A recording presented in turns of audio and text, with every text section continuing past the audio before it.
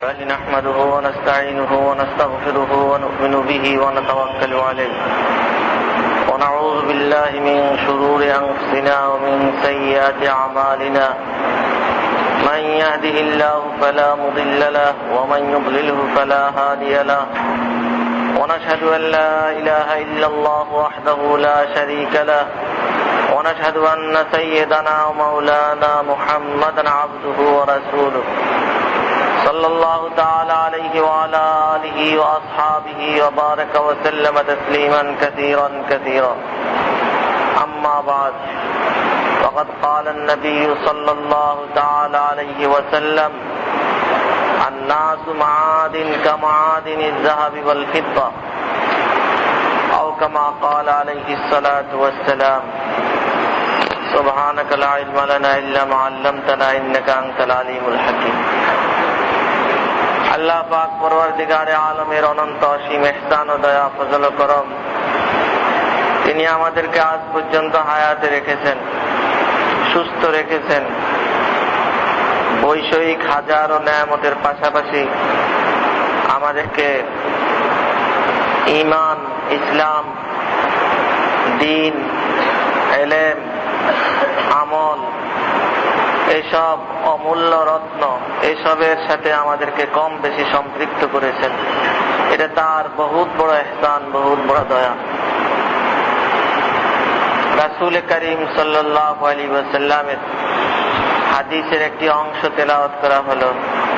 রাসূল সাল্লাল্লাহু আলাইহি ওয়াসাল্লাম ইরশাদ করেন, আন-নাসু মাআদিন, মানুষ হইল খনি। কিসের খনি? উদাহরণ দিয়ে বলছেন কামাআদিনিজ যাহাবি ওয়াল ফিদ্দা, যেমনি ভাবে স্বর্ণ আর রূপার খনি, ঠিক ওরকম মানুষ খনি। স্বর্ণ রূপার খনি হয়, এটা বহুত মূল্যবান জিনিস। একটু স্বর্ণের কত দাম, একটু রূপার কত দাম। যদি খনি হয় যার মধ্যে অনেক স্বর্ণ রয়েছে, অনেক রূপা, এটার দাম কতখানি? রাসূল সাল্লাল্লাহু আলাইহি ওয়াসাল্লাম মানুষের দাম বুঝাইতেছেন এবং মানুষের মধ্যে যে যোগ্যতা আছে, যোগ্যতাকে বুঝাইতেছেন এই হাদিস দ্বারা। মানুষ খনি, যেমনি ভাবে স্বর্ণ আর রূপার খনি হয়, মানুষও এরকম খনি। খিয়ারুহুম ফিল জাহিলিয়া ওয়া খিয়ারুহুম ফিল ইসলাম ইযা ফাকিহু। জাহিলি যুগে যে নাকি ভালো, সে ইসলামের মধ্যেও সে ভালো। শর্ত হলো এটা, যদি বুঝ তার আসে। তাহলে মানুষ খনি, স্বর্ণ রূপা এসবের যেমন খনি, মানুষও এমন খনি। এর মধ্যে এমন যোগ্যতা আল্লাহ পাক দিচ্ছেন, সমস্ত মানুষকে যোগ্যতা রাখছেন। এই যোগ্যতাকে যদি কাজে লাগায়, এটাকে যদি মেহনত করে এটার পিছনে, তাহলে খনি তো খনি, এটা বহুত মূল্যবান। দুনিয়াতে এর চেয়ে মূল্যবান আর কিছু হতে পারে। আল্লামা ইকবাল বলেন, বরখুদ নজর কুশা জতহি দামনি মরজ, কিদর সিনায়ে তু মাহে তামামি নেহাদা আন। বরখুদ নজর কুশা, তুমি তোমার নিজের দিকে তাকাও।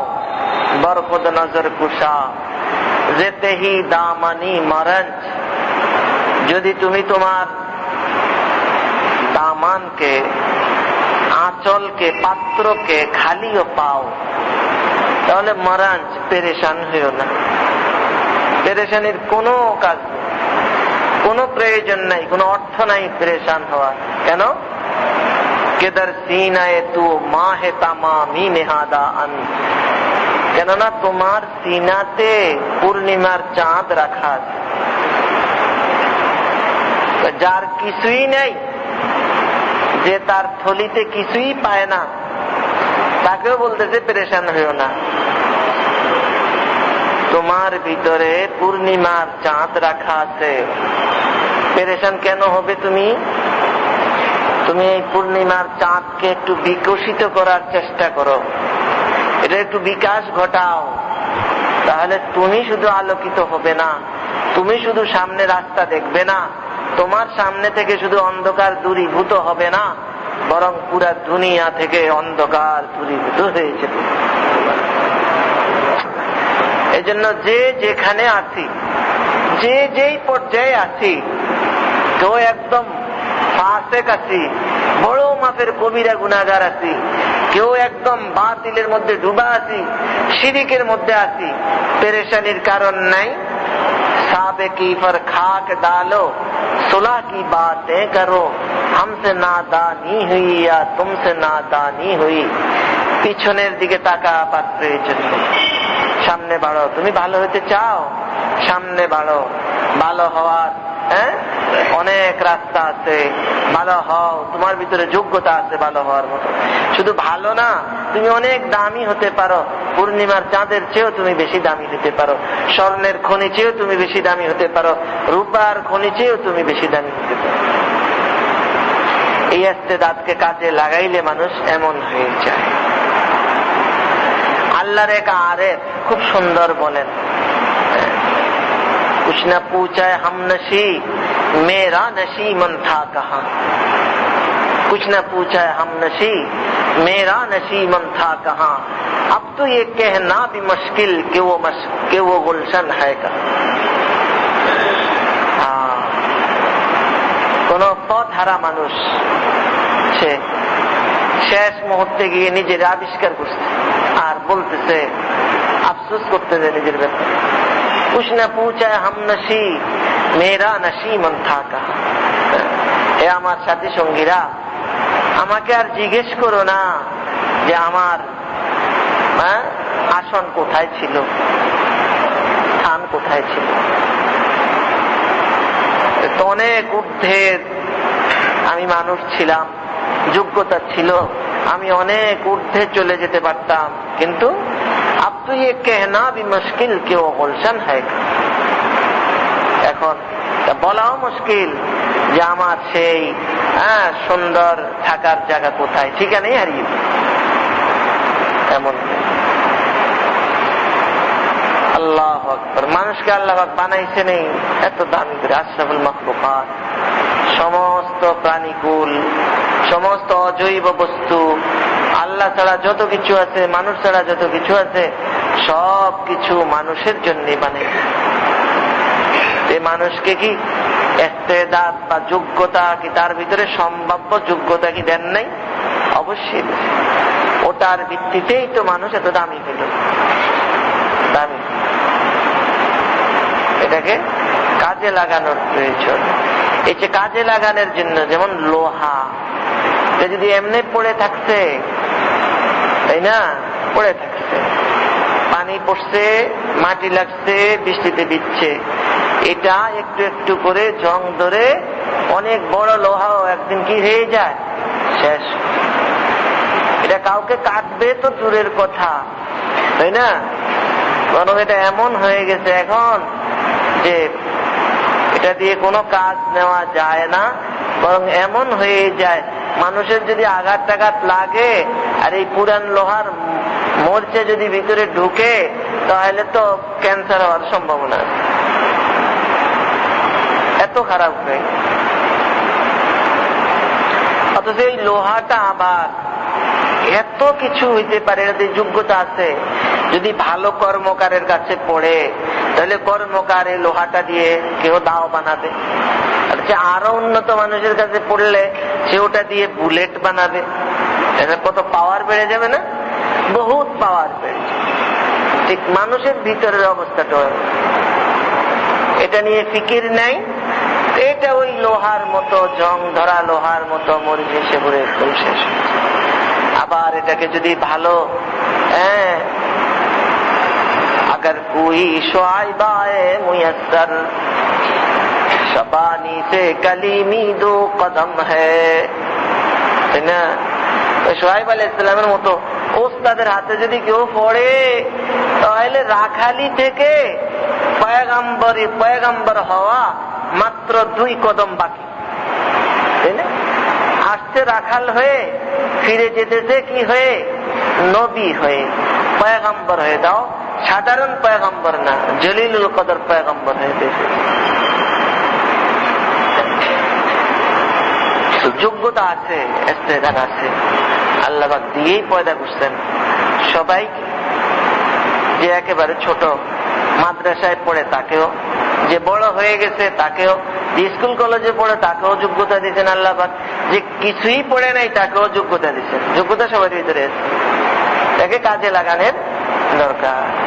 তাকে কাজে লাগাবে, ধার দিবে, এটা ধার হবে, তার কাজ দেখাবে, ক্রিয়া দেখাবে। এই জন্য মেহনত করে করা লাগে। আমাদের এই মজলিসের মূল উদ্দেশ্য হলো এটা, যে মেহনত নি হয়। সবচেয়ে বড় উদ্দেশ্য যেটা আমার সামনে, সেটা হলো আমার নিজে। কারণ নিজের মধ্যে আমলের একটা তেমন কিছু নাই, এলেমেরও তেমন কিছু নাই, কিছুই নেই। তো ফায়দা হলো এটা, যদি একটা মাহওয়ালের একটা মূল্য আছে, পরিবেশের একটা মূল্য আছে। ভালো মাহওয়ালে থাকলে, অনেক ভালো মানুষদের ভিতরে থাকতে পারলে ওটার কিছু আসর পড়ে, তাই না? ওটার থেকে কিছু না কিছু ফায়দা পাওয়া যাবে। এই জন্য এসব মজলিসের মধ্যে অংশ নেওয়া, এইসব মজলিস গুলো এই দৃষ্টিকোণ থেকে জরুরি প্রয়োজন। सुनन व मुस्तहब्बात के मुतालिक ये एतकाद जमा हुआ है। हज़रत थानवी रहमतुल्लाह अलैहिর কথা, গুরুত্বপূর্ণ কথা, সকলেরই বুঝার প্রয়োজন। সুন্নাত আর মুস্তাহাব সম্পর্কে আমাদের এমন একটা ধারণা ভিতরে জমে আছে, প্রবল হয়ে আছে একটা ধারণা। কি সেটা? যে করলে সওয়াব আছে, না করলে কোনো গুনাহ নাই। এটা ছেড়ে দেওয়া, সুন্নত আমল শুরু করে, নফল আমল শুরু করে ছেড়ে দেওয়াকে আমরা কোনো খারাপ মনে করি না, তেমন কিছু মনে করি না। অথচ কোরআন আর হাদিসের দিকে লক্ষ্য করলে, সে নিয়ে গবেষণা করলে তার থেকে যে কথা স্পষ্ট হয়ে উঠে সেটা হলো এই, সুন্নত আর নফল শুরু করার আগে এই কথা প্রযোজ্য যে করলে সওয়াব আছে, না করলে কোনো সমস্যা নাই, গুনাহ নাই। কিন্তু কোন নফল, কোন সুন্নত যদি কেউ আমল শুরু করে দেয় তাহলে কিন্তু এই কথা প্রযোজ্য না। এখন এটার আর এই হুকুম না যেটা করলে সওয়াব আছে, না করলে গুনাহ নাই। বরং যে আমল শুরু করে ফেলছে এই আমলটাকে সে এখন ধরে রাখতে হবে, ধরে না রাখলে গুনাহগার হবে। কোন আমল শুরু করে ফেললে, চাই সেটা নফল হোক বা চাই সেটা সুন্নত হোক, এটা গুরুত্বপূর্ণ হয়ে যায়, এটাকে আর ছেড়ে দেয়া যায় না। এটার 2টা শুরুত আছে, ছেড়ে না দিতে পারার 2টা শুরুত। এই 2 শুরুতের কোন শুরুতেই ছেড়ে দেওয়া যাবে না। একটা শুরুত তো হইল যে আমি নফল নামাজ শুরু করে দিলাম, এখন এই নামাজটা শেষ করার আগে আমি বাদ দিতে পারবো না। যদি কোনো কারণে ছুটে যায়, বাদ দিয়ে দিলাম, তাহলে এটা কাজা করা ওয়াজিব। কিন্তু শুরু করছিলাম নফল, কিন্তু এখন শুরুর সাথে সাথে কি হয়ে গেছে? ওয়াজিব হয়ে গেছে। এজন্য যদি নাকি ছুটে যায় তাহলে কাজা করা কি ওয়াজিব। এই মাসলা সবাই জানেন তো। কারণ লা তুবতিলু আমালাকুম, আমলকে বাতিল করা যায় না। আমল শুরু হওয়ার পর এটাকে আর বাতিল করার অবকাশ নেই, বাতিল করা যায়, এটাকে শেষ করতে হবে। যদি কোনো কারণবশত এটাকে ছেড়ে দিলাম তাহলে কি করতে হবে? এক। আরেকটা ব্যাপক অর্থবোধক বিষয় আছে এখানে। আরেকটা পদ্ধতি, আরেকটা শুরু হইল সেটা যে আমি একটা আমল শুরু করছি, কয়েকদিন যাবত করতেছি। যেমন একজনে এশরাকের নামাজ শুরু করছে, কয়েকদিন যাবত করলো। এখন কয়েকদিন একদিন কইরা এখন যদি ছেড়ে দেয় তাহলে এই কথা বলা তার পক্ষে ঠিক নাকি, করলে সওয়াব আছে, না করলে গুনাহ নেই। বরং সে একটা আমল শুরু করে দিছিল, কয়েকদিন যাবত করছে, প্রতিদিন ঠিক টাইমে করতেছিল, এখন সে যদি এটা ছেড়ে দেয় তাহলে এটার জন্য তার কম বেশি গুনাহ হবে। আমল যেটা শুরু করলাম এটা যেন শেষ, মানে এটা ছেড়ে না দিই, এটার উপরে যেন বরকরার থাকতে পারি। এটার দলিল কি? দলিল হলো বুখারী শরীফের রিওয়ায়াত। দলিল বুখারী শরীফের রিওয়ায়াত। রাসূল করিম সাল্লাল্লাহু আলাইহি ওয়াসাল্লাম হযরত আব্দুল্লাহ ইবনে ওমর রাদিয়াল্লাহু তাআলা আনহুকে বলতেছেন, কি বলতেছেন? ইয়া আব্দুল্লাহ লা তাকুন মিসলা ফুলান। আব্দুল্লাহ ইবনে ওমর, তুমি ওই ব্যক্তির মতো হইও না, কানা ইয়াকুমু মিনাল লাইল সুম্মা তারাকা, যে সে রাত্রে উঠে তাহাজ্জুদ পড়তো কিন্তু পরবর্তীকালে এই আমলটা সে ছেড়ে দিছে, আর এই অভ্যাসটা সে ধরে রাখে নাই। তুমি তার মতো হইও না, হওয়াটা ক্ষতিকর, এজন্য হবে না। ইসমে হুজুর বোঝা যায় কোন মুস্তাহাব বা নফল আমল বা সুন্নত আমলকে এটাকে মামুল বানিয়ে, মানে কিছুদিন আমল করে পরে এটাকে ছেড়ে দেওয়া, এই অভ্যাসটাকে বাদ দিয়ে দেয়া, এটা মাযমুম মানে নিন্দনীয় এবং মাকরু মানে অপছন্দনীয়, তাই না? এই জন্য এশরাক যখন যারা পড়ি যেন পড়ার মধ্যেই থাকি, এমন যেন না হয়ে যায় যে আবার কোনো জরুরত আসছে তো বাদ দিলাম, তো পরবর্তীতে বাদই হয়ে গেল। আমলের মধ্যে মুআযাবাত থাকা চাই, তাতে বহুত ফায়দা, ফায়দার সীমা নেই, অনেক। আর ছুটে গেলে কি আসে? বেবরকত আসে। সুলতানে দিন বলেন যে ফরজ এবং ওয়াজিব ছাড়া নফল বা সুন্নতে জায়েদা, মুস্তাহাব, যেগুলোকে নফল বলে আর কি, এসব বিষয়কে তোমরা, এসবের এতটুকুকেই তুমি গ্রহণ করো, এতটুকুর উপরেই তুমি আমল শুরু করো যতটুকুকে তুমি সামলাইতে পারবে, যতটুকু তুমি সামলাইতে পারবে, শুরুই করুন। যদি সামলাইতে না পারো মতো হয় তাহলে শুরুই করুন। শুরু করে ছেড়ে দিবে, এটা শুরু না করার চেয়েও খারাপ। শুরু করে ছেড়ে দেওয়ার চেয়ে শুরু না করাই ভালো। কি নফল,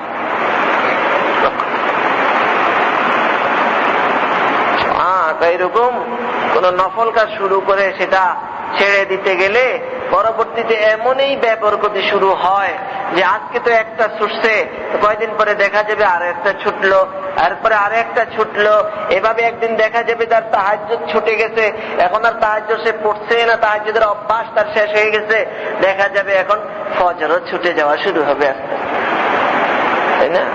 নাউযুবিল্লাহ, আল্লাহ পাক হেফাজত করুন। তাকওয়া এটা নেহায়েত প্রয়োজন আল্লাহকে পাওয়ার রাস্তায়। দুনিয়াতে কত মানুষ এটা হাঁটতেছে, তাই না? কত মানুষ কত দিকে যেতেছে, কত মানুষ কত কাজ করতেছে, এক একজন এক একটা জিনিস পাওয়ার আশা রাখে, আর ওই আশায় ওই ধুনে সে তার জিন্দেগি সেখানের পিছনে লাগাইতেছে। আমরা যারা আমাদেরকে আল্লাহ পাক আল্লাহকে পাওয়ার পথে লাগাইছেন, মাদ্রাসার তালিবুল ইলমদের আসলে শান্ত এটাই যে তারা কাকে পাবে? আল্লাহকে পাবে। এলেম কেন শিখবে? কেবে এলমে না তুয়া খোদার আসে না, এলেম ছাড়া আল্লাহর পরিচয় পাওয়া যায় না, তাই না? যারা এরকম আল্লাহকে পেতে চায় এদের জন্য সবচেয়ে প্রয়োজন যে জিনিসটা, যেই বাহনে করে সে আল্লাহ পর্যন্ত পৌঁছবে, এটার নাম হলো তাকওয়া। নাম কি? তাকওয়া। সকলের জন্য প্রয়োজন। অনেক তালিবুল ইলমদের গলত ফাহমি, ভুল ধারণা এটা আছে যে এখন লেখাপড়ার সময়, এখন এত কিছু পারা যাবে না, এখন শিখবো, পরে কি করব? আমল করব। আসলে এলেমে আসবে না, এলেমে কি আসবে না। এলেম তো আসবে তাকওয়ার দ্বারা, পরহেজগারির দ্বারা, দিলের পবিত্রতার দ্বারা। কিসের দ্বারা? দিলের পবিত্রতার দ্বারা। তাকওয়া তাহারাত বলে না, তাহারাত পবিত্রতা, জাহিরি পবিত্রতা, গায়ের মধ্যে পেশাব পায়খানা আছে এগুলো থেকে আমাকে পাক সাফ থাকতে হবে, তাই না? এরপর কাপড়ের মধ্যে ময়লা থাকলে এগুলো পরিষ্কার করতে হবে। জাহিরি পবিত্রতা প্রয়োজন আল্লাহকে পাওয়ার জন্য। দিলের পবিত্রতারও প্রয়োজন। দিলের পবিত্রতাটা তাকওয়া, দিলের পবিত্রতা প্রয়োজন। দিলের পবিত্রতা ছাড়া আল্লাহকে পাওয়া যাবে না, দিলের পবিত্রতা ছাড়া এলেম পাওয়া যাবে না। মুত্তাকি আর আল্লাহর ওলি, মুত্তাকি আর আল্লাহর ওলি। করাচির হযরত হাকিম সাহেব দামাত বারাকাতুহু উনি নিসবত বয়ান করেন যে মুত্তাকি আর ওলি দুইটার মাঝে তাসাবির নিসবত, মানে সমান সমান। যে মুত্তাকি সে ওলি, যে ওলি সে মুত্তাকি। মানুষ তারে ওলিউল্লাহ আল্লাহর ওলি বলো আর না বলো, যে মুত্তাকি হবে সে আল্লাহর ওলি।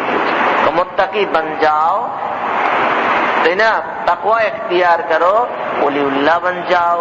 তাকওয়া ইখতিয়ার করো, আল্লাহর ওলি হয়ে যাও।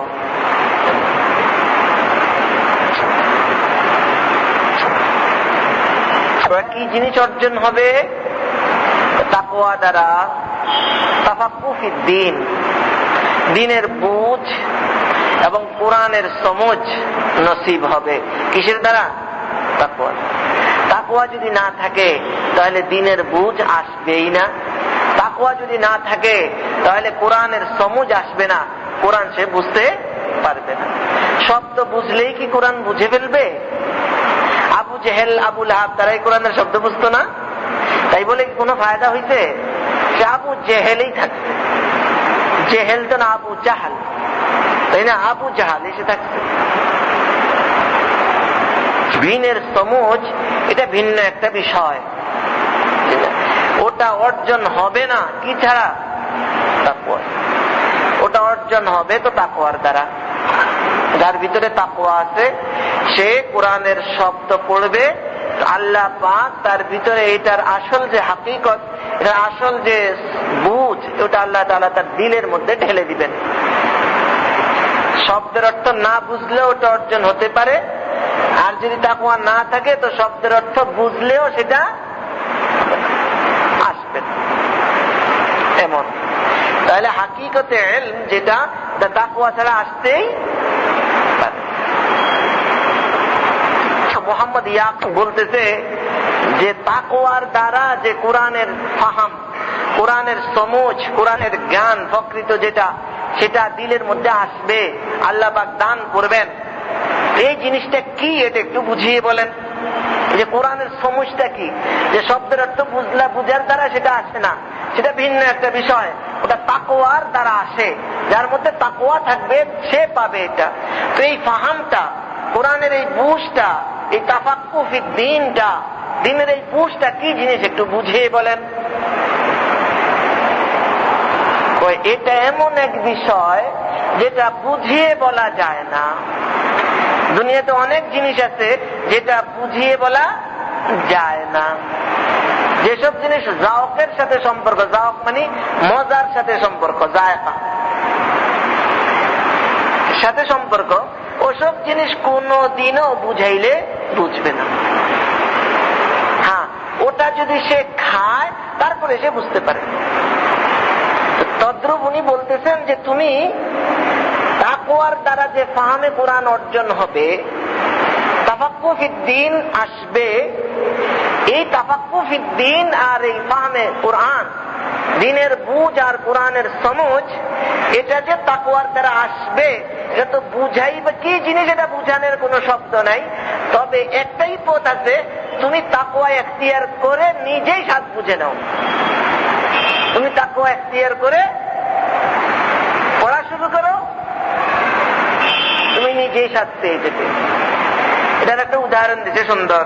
যেমন মনে করো একটা মানুষ আম খায় নাই কোনোদিন, আম, মিষ্টি আম, চোষা আম মনে করো কোনোদিন খায় না। এখন একজনে তাকে বলতেছে আম, বলতেছে আম কিরকম, এটা আম কেমন? আম স্বাদ মিষ্টি। কেমন মিষ্টি, গুড়ের মতো। গুড় গুড় না, গুড় না, গুড় না। তাহলে চিনি, চিনি না, চিনিও না, চিনিও না। তাহলে কি এটা না, এটাও না, ওটাও না, কোনটাই না। তো শেষ পর্যন্ত এসে কি বলবে, ভাই তোমাকে আমি এটা বুঝাইতে পারবো না, তুমি একটু খেয়ে নাও আম, তারপরে বুঝবা আমের স্বাদ কি, তাই না?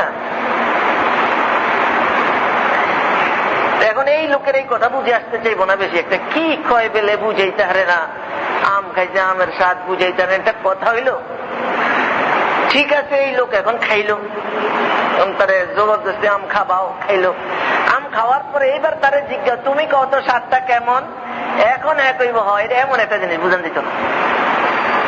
এতক্ষণ তার একই হইতেছিল না যে এটা এমন স্বাদের অনেক জিনিস যেটা বুঝান যায় না, কিন্তু এখন নিজে খাওয়ার পরে যখন তাকে জিজ্ঞেস করি তুমি বুঝিয়ে দাও তো কেমন স্বাদ, এখন এটা তো বুঝাইতে পারবো না। এখন তার নিজের কি হয়েছে, একই হয়েছে যে হয় ঠিক। দিনের বুঝ, দিনের তাফাক্কুহ আর ফাহমে কোরআন, এটা এমন জিনিস বুঝানো যাবে না। তুমি তাকওয়ার জিন্দেগি অবলম্বন করো, তাহলে দেখবে নিজে উপলব্ধি করবে অন্তরে, আর ওই উপলব্ধিটা উপলব্ধিই কেউ বুঝাই, আমি যেরকম তোমাকে বুঝাইতে পারছি না, তখনও তোমাকে কেউ জিজ্ঞেস করলে তুমি বলবা এটা বুঝে বুঝছি আমি, ঠিক তবে বুঝাইতে পারবো। ये समझने की बात है, समझाने की नहीं। বুঝার কথা বুঝানো যায় না, এরকম অনেক জিনিস আছে। আরবি পড়েন না সবাই কিনা আলেম না। যতজনে আরবি পড়ে, মাদ্রাসায় পড়ে, মাওলানা হয়ে গেছে, দাওরা পাস করে ফেলছে, টাইটেল পাস করে ফেলছে, মুফতি সাহেব হয়ে গেছে, মুহাদ্দিস হয়ে গেছে, সবাই কিনা আলেম না। আলেম ভাষা জানা এক কথা, আর এলেম অর্জন করা এটা আরেক কথা, এক না। ভাষা জানা, আরবি ভাষায় পণ্ডিত হয়ে যাওয়া, কোরআন হাদিসের ভাষা আরবি, আরবি ভাষায় পণ্ডিত হয়ে যাওয়া, কোরআন হাদিসের তর্জমা বুঝতে পারা, এটা তো ভাষা শিখার দ্বারা হয়ে যায়। এটা আর এলেম এক জিনিস না, দুটোটা আলাদা আলাদা না, আমরা ধোকায় যেন না পড়ি। রহমা বলেন, আমি তো আরো উপরে উঠে কথা বলতে পারি, যদি একদম দ্বীনি এলেমেই শিখছে, বলা যায় সে দ্বীনি এলেমই শিখছে, কিন্তু এরপরও সে আমল করে নাই, তাহলে তাকে মুহাক্কিক আলেম বলা যাবে না। সে কোন জিনিসের হাকিকতে পৌঁছতে পারবে না, হাকিকতে না পৌঁছলে তাকে মুহাক্কিক বলা যায় না। না মুহাক্কিক শুদ্ধ, না দানিশমান, তাই না?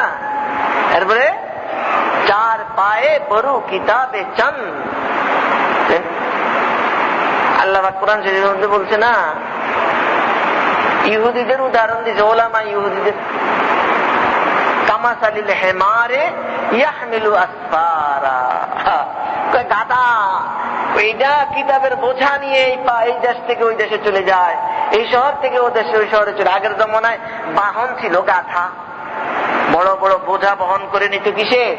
গাধায়।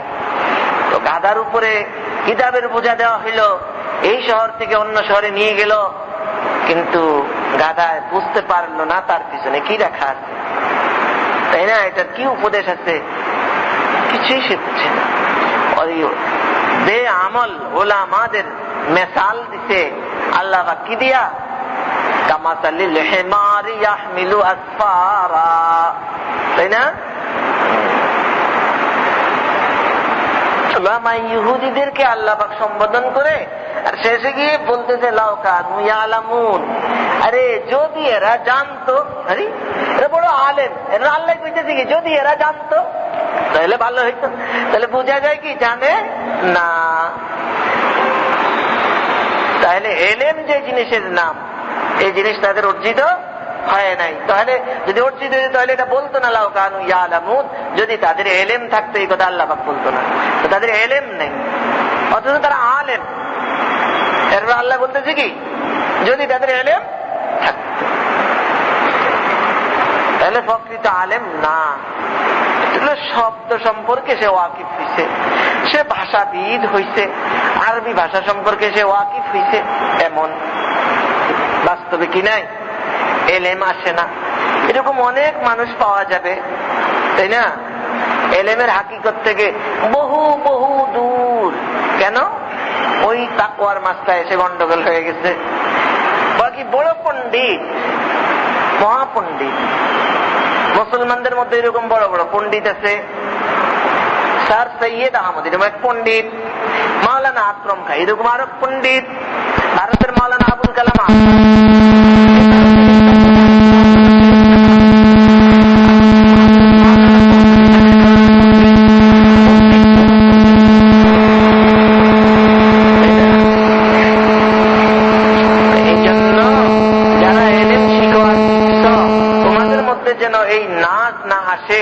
এই মনোভাব না আসে, এই পেন্দার না আসে, এই গুমান না আসে যে বস কত কিতাব পড়ে ফেলছি এই সেই, মানে ওই ভাব সাপটা যেন একেবারে না আসে।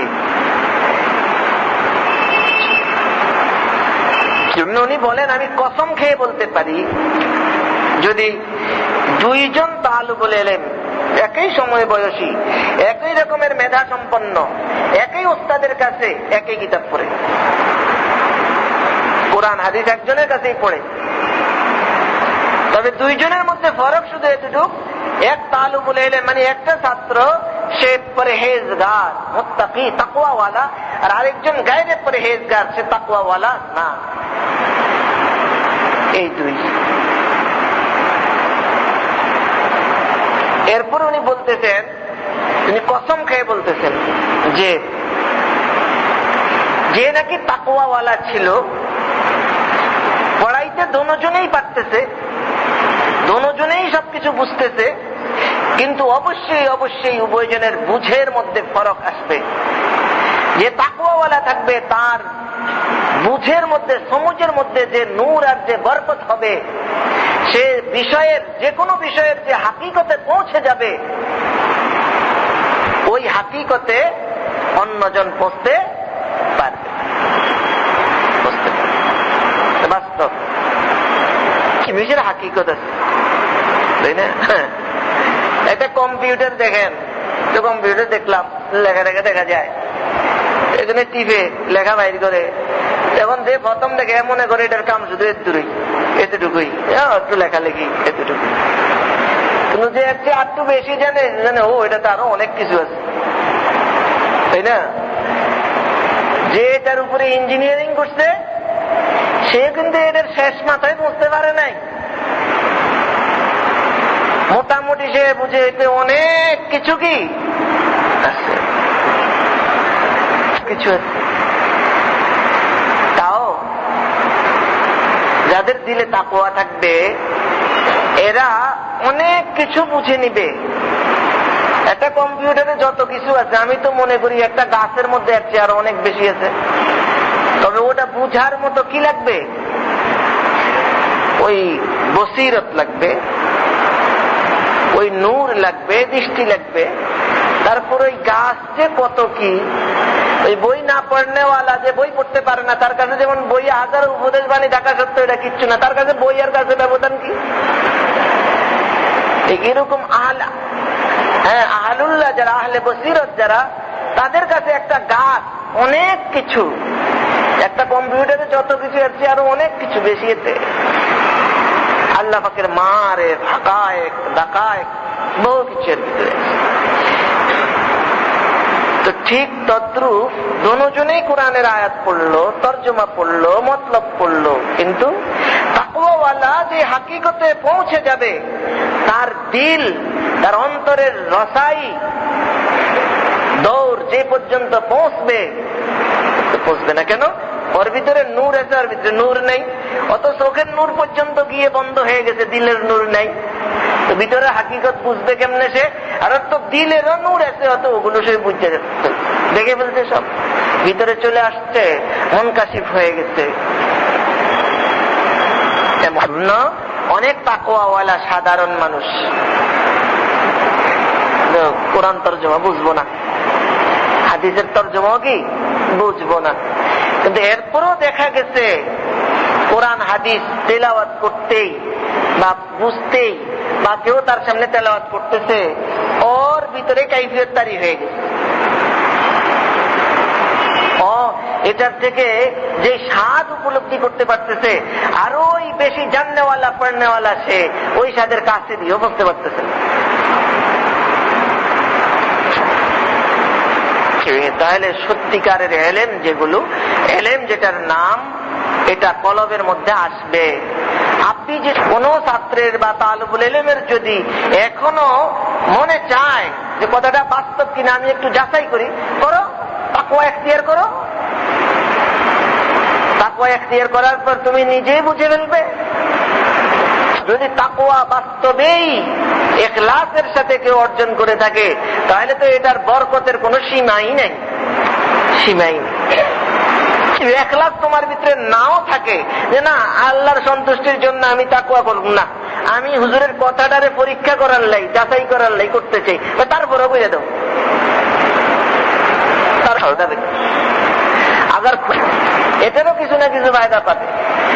এর জন্য অন্যান্যরা যাই করুক আর না করুক, কিন্তু যারা তালিবুল ইলম ওদের জন্য অবশ্যই অবশ্যই ওরা বিশেষ ভাবে যেন তাকওয়া ইখতিয়ার করে, ভালোভাবে বোঝার প্রয়োজন। ইলম বৃদ্ধি হওয়ার উপকরণ মাধ্যম হইল তাকওয়া। অনেকে কয় তাকওয়া অনুযায়ী আমল করতে গেলে আমার কষ্ট বেশি হবে, সময় একটু কমে যাবে, এজন্য আমার কিতাব পড়ার সময় কমে যাবে, না হয় কিতাব পড়তে কষ্ট বেশি হয়ে কিতাব পড়তে বিরক্তি এসে যেতে পারে। উনি বলতেছেন একদম ভুল কথা এটা, বরং তাকওয়া ইখতিয়ার করো তো তোমার এলেমের মধ্যে বৃদ্ধি পাবে, এলেম বাড়া শুরু হয়ে যাবে। এলেম বৃদ্ধি করার পন্থাই হইল তাকওয়া। ছুট তো নাই, গুরুত্ব থাকা দরকার। কোতাহি করে কোতাহি করে এটা আমি কতক্ষণ পর্যন্ত বলবো, আর কে কত বলবো তাদের তোমাদের দোষ অসুবিধার কথা। হ্যাঁ, তুমি কোন ব্যক্তিকে, কোন মুহাক্কিক আলেম যদি হয় তো 2 সপ্তাহ তার কাছে থাকো এবং নিজের ইসলাহের দরখাস্ত তার সামনে পেশ করো যে আমার সংশোধন করেন।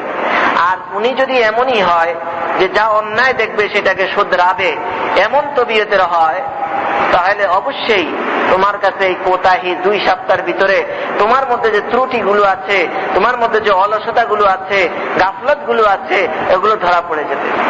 এগুলোর হাকিকত তুমি বুঝে ফেলবে। তলাবাদের মধ্যে তাকওয়ার অনেক কমি। এদের কারণ হলো যে আসলে দিলের মধ্যে আল্লাহর ভয় নেই। তালিবুল ইলমদের দিলে আল্লাহ পাকের কি নাই? ভয় নেই। অবস্থা তো এখন এমন হয়ে গেছে, যে কাজটা সে করতে চাবে, মনে চাইছে, সিদ্ধান্ত এই কাজটা করবে, এটাকে মানে হেরফের কইরা যে কোনো ভাবে এটা জায়েজ করে হালাই, তাই না? যে ওস্তাদের কাছে গেলে তার মন মতো ফায়সালাটা দিব, আছে না? এক একজনের এক এক মন যোগ, সেই ওস্তাদের কাছে দিব, তার এটা জায়েজ হওয়া চাই। এখন যার থেকেই নেই, বাস মোটামুটি একটু হইলেই হয়। অথচ দিলে দিলে জানে আসলে বেশি ভালো না, কামটা বেশি ভালো না, তারপরেও কিন্তু সেটা ছাড়বে না। এইটা হলো তাকওয়ার অবস্থা। আমরা দেখুন ছোট ছোট মানুষ, ইয়াদ ভুল কথা বলছ, মনে রাখবে এটাই তোমার মজবুত হওয়ার কি সময়। ছাত্র জন্মটাই সময় আমলের মধ্যে মজবুতি অর্জন করার জন্য। যেই আমলের এখন তোমার অভ্যাস হয়ে যাবে, ওটা আর কখনো ছুটবে না। এখন তোমাদের বাচ্চাদের 7 বছর হয়ে যায়, তখন তাদেরকে নামাজের নির্দেশ দিতে থাকো। আপনি বাচ্চাও কোন নামাজ হয়তো অধিকাংশ 15 বছর পূর্ণ হইলে তো 7 বছরের সময় নামাজ পড়ো, অথচ নামাজ তো ফরজ হয় নাই। তারপরেও এখন হুকুম দিতেছে তোমাদের বাচ্চাদেরকে কি করো, নামাজ পড়ো, নামাজের হুকুম করো। আর 10 বছর হয়ে যায় নামাজ না পড়ে, তাহলে পিটান লাগাও, অথচ জানো নামাজ ফরজ হয়নি। তারপরেও এটা কেন? এই জন্য যে এখনই এই সময় কালকে এলো আমলের মধ্যে মুক্তা হওয়ার সময়, এখন যদি সে অভ্যস্ত না হয় তাহলে আল্লাহ পাক ভালো জানে সে আসলে অভ্যস্ত হবে কিনা। আর হইল কখন হবে? মৃত্যুর আগে হবে না মৃত্যুর পরে হবে? অনেকে মৃত্যুর পরে পুখতা হইতে চায়, তাই না? প্রত্যেকার এখানে পুখতা হওয়া, আমলের মধ্যে মজবুত হওয়ার আশা না আছে, সবাই আছে।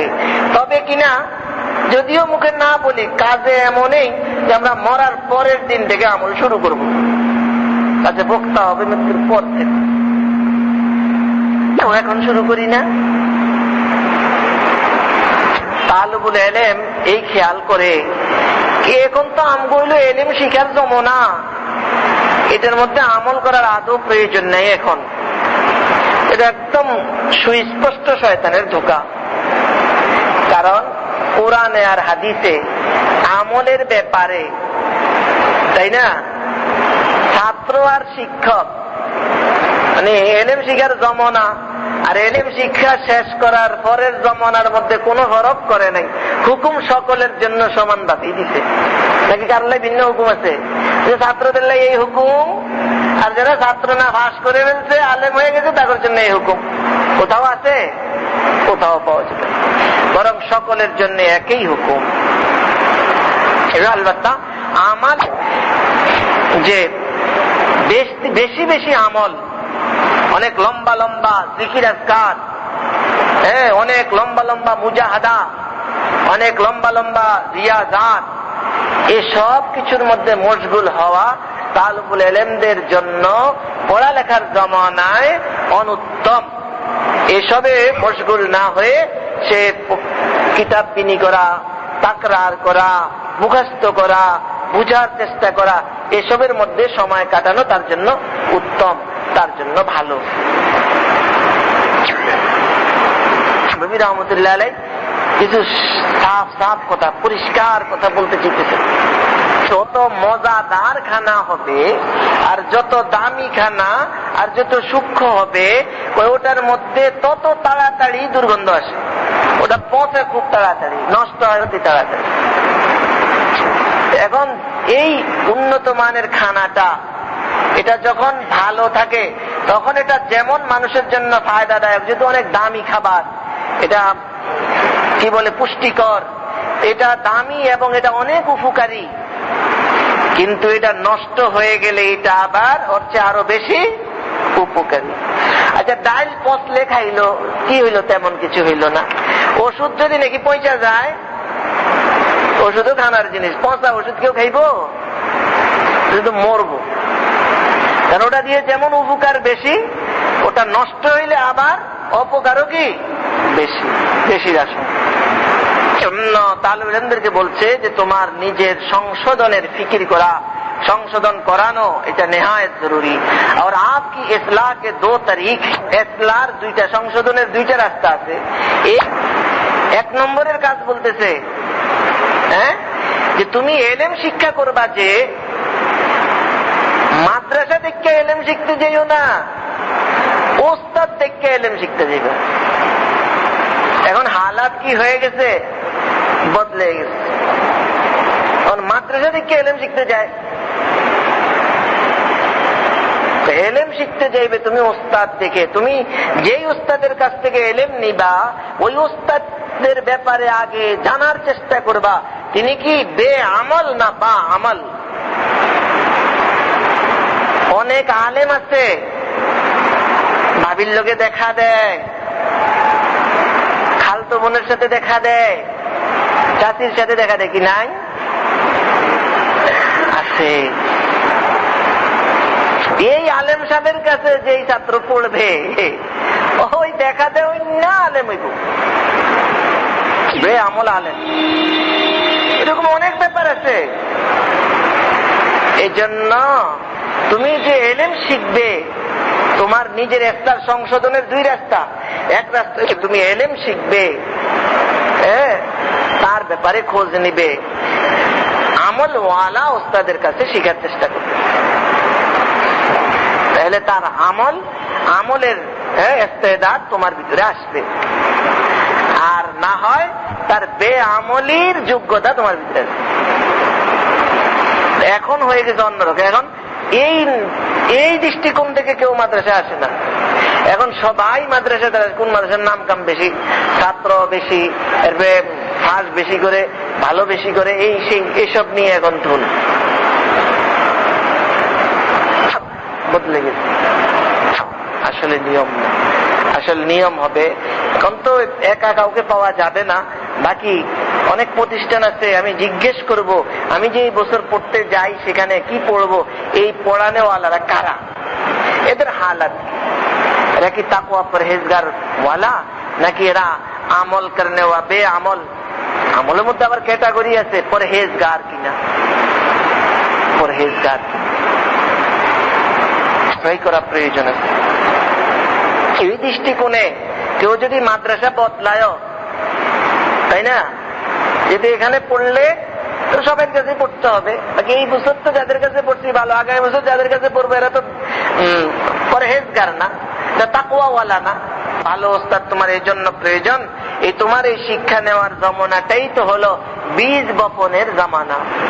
এখন যদি বীজ ভালো বপন হয় তাহলে তো ভালো চারা আশা করা যায়, ভালো ফল মূল আশা করা যায়। আর যদি নাকি বীজটাই খারাপ হয় তাহলে তো ভালো ফল মূল কি করা যায় না, আশা করা যায় না। তারপর তুমি কোন আল্লাহওয়ালার সাহচর্যে কিছুদিন হইল কাটাও, খাদেমে দিন বনো। এর আগে তুমি খাদেম হইও না, কিছু সময় লাগিয়ে তারপরে তুমি খাদেমে দিন বনো, দেখা যাবে কি হবে। আজকালের ছাত্ররা এমন ধারণা করে আছে, এমন খেয়াল রাখতেছে যে আমরা পড়ালেখা শেষ করে তারপরে আমলের গুরুত্ব দেব, আমল করব। ये बिल्कुल एकदम একটা শয়তানি ওয়াসওয়াসা, जिसकी वजह से उम्र भर भी আমল की तौफीक नहीं होती। এর ফলে জিন্দেগি ভর কি হবে না, আমলের তৌফিক হবে না। রাখবা প্রত্যেক জিনিসের প্রথমবারে যেই আসর হয় দ্বিতীয়বারে আর এই আসর হয় না। হাসিল করার সময় যখন কামের সওয়াব আর গুনাহ সম্পর্কে যখন ইলম হয় তখন দিলের মধ্যে যে একটা বিশেষ আসর হয়, ওই সময় যদি ওই আসরটাকে কাজে লাগানো হয় আর আমলের ইহতিমাম করা হয় তাহলে এই আসরটা চিরদিন কি থাকবে, বাকি থাকবে। আর যদি ওই আসরটাকে কাজে লাগানো না হয় তাহলে ওই আসরটা দিলের মধ্যে বসে থাকবে না, ওটা চলে যাবে और ना कलब से जायल हो जाता है और दोबारा आसानी से पैदा नहीं होता, সহজে আর আসে না। নাজুক জামাই, নতুন জামাই শ্বশুর বাড়িতে, তাই না, সহজে সহজেই তো আসলো।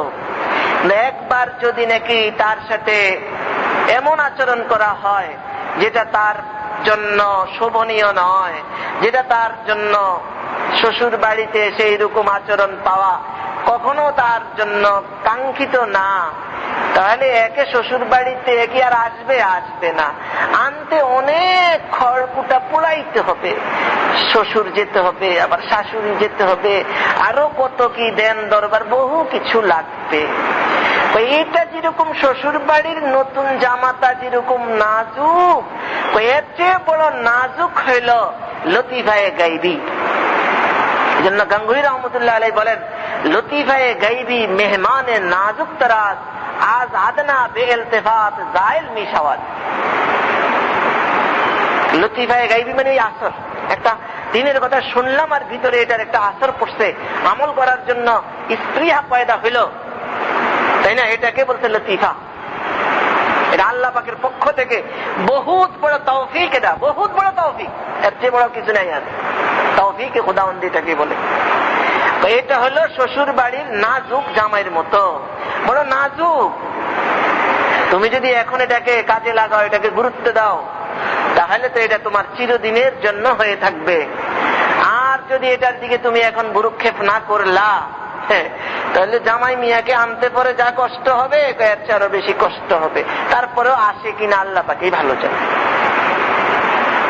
এই জন্য যখনই আমরা আমলের যে ইয়াটা পাবো, যে একটা জজবা পাবো, সাথে সাথে কি করে ফেলবো, আমল শুরু করে দেবো। এমন না যে ওহো আজকে তো এত ভিড়, কালকে করব। বড় ধরনের ধোঁকাবাজি, বড় ধরনের ধোঁকাবাজি। বরং এখনই করতে হবে। কেন? এখন যেহেতু অনেক হুজুম আছে কামের, মানে কি আমি এখন অলস না, কাজের মধ্যে ব্যস্ত আছি। একটা গাড়ি যখন চলে এখান থেকে ওই শহরে চলে যাবে, কিন্তু এটাতে খুব ভিড়, বোঝার অভাব নেই। কিন্তু আপনার যদি কোনো বোঝা ওই শহরে পৌঁছাইতে হয়, ভিড় হোক বা হোক, এটার ভিতরে উঠাইতে হবে, উঠাই দিলে চলে যাবে নাকি? এই জন্য আর যদি কয় না এটাতে এত ভিড়, এটাতে উঠা মনে হয় একটা ফুইরে রয়েছে ডাব্বা খালি, এমনি খালি আছে, এটার মধ্যে ধুয়ে দিই, যাইবো জিন্দিগিতে, যাইবো না। ভিড় ভাড় নাই তো অলস আর অলস, এটা চলেই না, এটাতে উঠে রাখলে যাবে না। কিন্তু যদি ব্যস্ত আর ওটা ভিড়ও বেশি, ওটাতে উঠিয়ে দিলে চলে যাবে। যখন আপনি বেশি ব্যস্ত, মনে রাখবেন এই সময় আপনার ভিতরে স্পন্দন আছে, তাই না? কাজের গতি আছে। এই গতি থাকা অবস্থায় একটা ঢেলে দেন, একটা কাঁধে আরেকটা উঠিয়ে দেন, আমল এটাও নিয়ে চলে যাবে। আপনি কালকে সুযোগ আসুক, ব্যস্ততা কিছু কমুক, আর হইল না। একদিক দিয়ে তো এই যে স্ত্রী এটাই দূর হয়ে যাবে। এই বেলতেফাতির কারণে এই নতুন শ্বশুর বাড়ির জামাইয়ের মতো এটাও বুঝে নিবে যে আমার কদর করা হইল না, আর এখানে আমি যাব না। এরপরে কত তাজ তোয়াজ কইরা আনা লাগবে সেটা আল্লাহ পাকই ভালো জানে। এই জন্য এই ধোকায় আমরা না পড়ি। যখন কাজের নেক আমলের স্ত্রিয়া পয়দা হয়, তখনই সাথে সাথে আমল শুরু করে দিব। আল্লাহ তাআলা আমাদের সকলকে বুঝার আমল করার তৌফিক দান করেন। আলহামদুলিল্লাহ রাব্বিল আলামিন, ওয়াসসালাতু ওয়াসসালামু আলা আশরাফিল আমবিয়া ওয়াল মুরসালিন ওয়া আলা আলিহি ওয়া সাহবিহি আজমাইন। ইয়া আল্লাহ, দোষী অপরাধী মাওলা, গুনাহ খাতা মাফ করে দেন মাওলা। ইয়া আল্লাহ, না হাল মাওলা, আপনি অনেক যোগ্যতা দিবেন মাওলা, কিন্তু নিজের অবহেলার কোতাহির কারণে আমরা সকলেই মাওলা দোষী মাওলা। যোগ্যতাকে কাজে লাগাইতেছি না কেউই মাওলা। কেউই আমার অন্তরের জগতে আপনি যে পূর্ণিমার চাঁদ রেখেছেন মাওলা, সেদিকে কেউই লক্ষ্য দেই না মাওলা। ইয়া আল্লাহ, সেটাকে অবহেলা করে মাওলা আমাদের সেই আপনার দেওয়া যোগ্যতা ধ্বংস করে ফেলছি মাওলা। ইয়া আল্লাহ, আমাদেরকে ক্ষমা করে দেন মাওলা। বাকি জিন্দিগিতে মাওলা সেই যোগ্যতা নিয়ে ফিকির করার তৌফিক দান করেন মাওলা, সেটাকে কাজে লাগাইবার তৌফিক দান করেন মাওলা। ইয়া আল্লাহ, আপনার হাবিব হযরত মুহাম্মদ মুস্তাফা সাল্লাল্লাহু আলাইহি ওয়াসাল্লামের তোফাইলে আমাদের দোয়া কবুল ও মঞ্জুর করেন মাওলা। রব্বানা হাব লানা মিন আজওয়াজিনা ওয়া যুররিয়াতিনা কুররাতা আয়ুনি ওয়াজআলনা লিল মুত্তাকিনা ইমামা। রব্বিরহামহুমা কামা রাব্বায়ানি সগীরা। ওয়া সাল্লাল্লাহু তাআলা আলা খায়রি খালকিহি মুহাম্মাদ ওয়া আলিহি ওয়া সাহবিহি আজমাইন বিরহমাতিকা ইয়া আরহামার রাহিমিন।